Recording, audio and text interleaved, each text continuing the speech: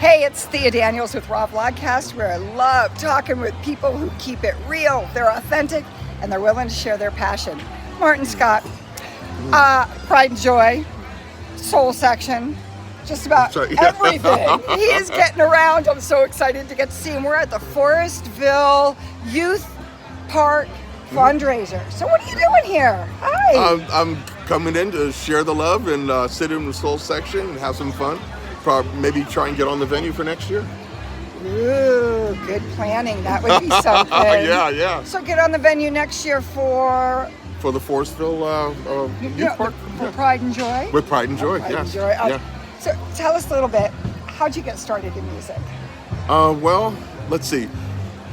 My family is into, let's start with my grandmother. She owned boarding houses back in San Francisco back in the 40s and 50s, and the non-white entertainers could stay there, but they couldn't play there at the major hotels. So they would stay at my grandmother's house. And so I have like autographed pictures from like George Shearing, Dave Brubeck, Nat King Cole, Billie Holiday, Sarah Vaughan, Billy Eckstine, Dizzy Gillespie, just a lot of different people, you know, and it's all autographed to her that they stayed at her house. So it kind of passed on. My mom was a promoter, and so we were always around music and into music. Yeah. And it just kind of stuck to our ribs. You know? Now, are there siblings? Yes, I have an identical twin brother and an older brother. We had a group called the Scott Brothers that performed in the Bay Area for 12 years. We were the original singers for Pride and Joy. First, it was my oldest brother, him and Coleman, who recently passed away, were the founders of it. Then he brought me and my twin brother into it for years. That was back in 1980, 81. And then I was producing and directing shows at San Francisco State, brought the two ladies in from there, and the four of us from that point on became Pride and Joy, and that's been 43 years since then. It's been a while. Yeah. And you guys are still going strong. Yeah. It's almost like you're making a bit of a comeback. Well, after COVID, everybody's making a comeback. Yeah, it's true. Well, after our founder Coleman Burke passed away, nobody knew how to really get a hold of us anymore. So we had to revamp the business and change the name to Pride and Joy SF. And our website, PRIDE&JOY.com. You can find us, where we're playing, Facebook, and LinkedIn too, the email list and all that stuff. Yeah. Get on the email list. Yeah. That's perfect way. Yep. And so we just, we loved it too much to let it go. So we revamped the business. The four of us became partners, and here we are. And we'll see him here next year. Got that? That's Forestville right. Youth Park.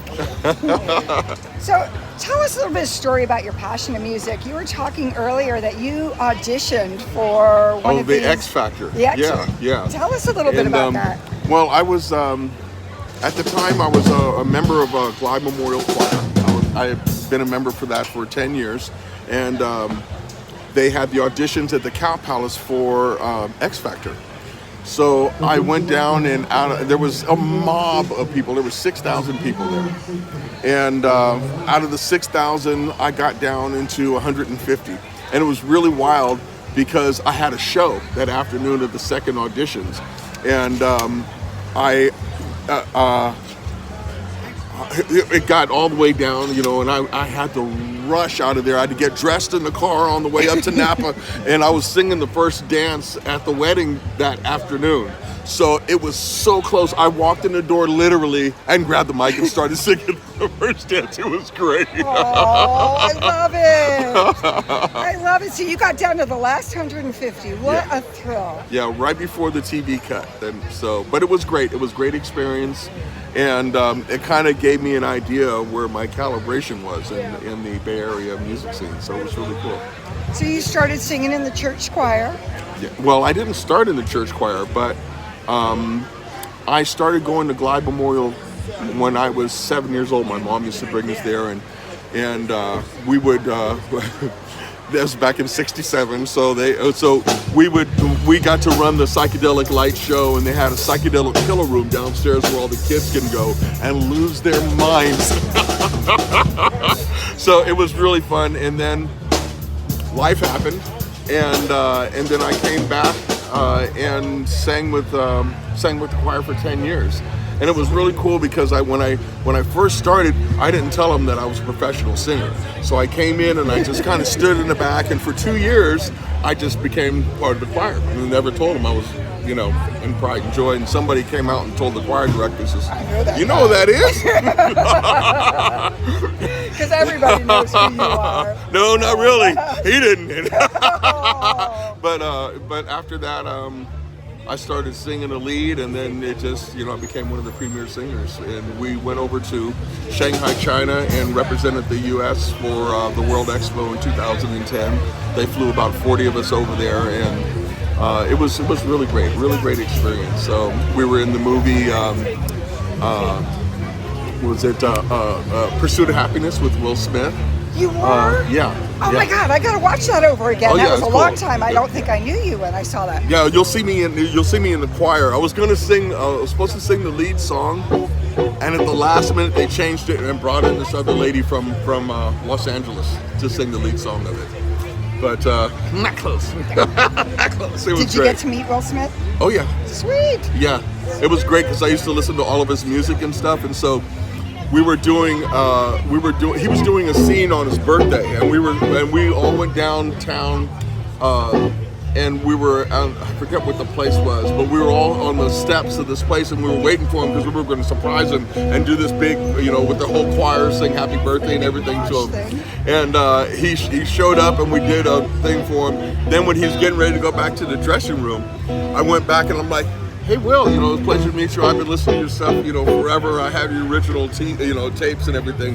And I said, he had a song called Charlie Mack, First Out the Limo. And Charlie Mack was there, and he's a big dude. And I said, hey, is Charlie Mack still the first one out the limo? And Charlie Mack looked over and says, "We got Suburbans now." So it was great. They had a good laugh out of that. It was fun. That is fun. Yeah. So you've been able to kind of grow up doing what you love your whole life. Yeah, I've been really blessed. Nothing much feels better than that. Yeah. Anything you'd like to say to somebody that's like, "Oh, I want that." Music is life. Don't let anybody ever tell you you can't do something. Okay? Continue and follow your passion. One of the things that I learned is don't let the first no be the last no until you're where you want to be. Those are some good words to live by. Okay, one more time. How can we find you and follow you and keep up with you? Well, you can go on our website, PRIDE&JOY.com. And like I said, we got bios and videos. You can sign up on the email list, and we have a list of our running 3 shows. And then after the one we play one, it'll drop off, and the next one will show up. So we always have the next 3 shows posted on our website. Organized band right here. Oh my gosh, thank you so much. Anything else you'd like to share? Yes, come on out, dance. Thank you. Thank you. Cheers, everybody.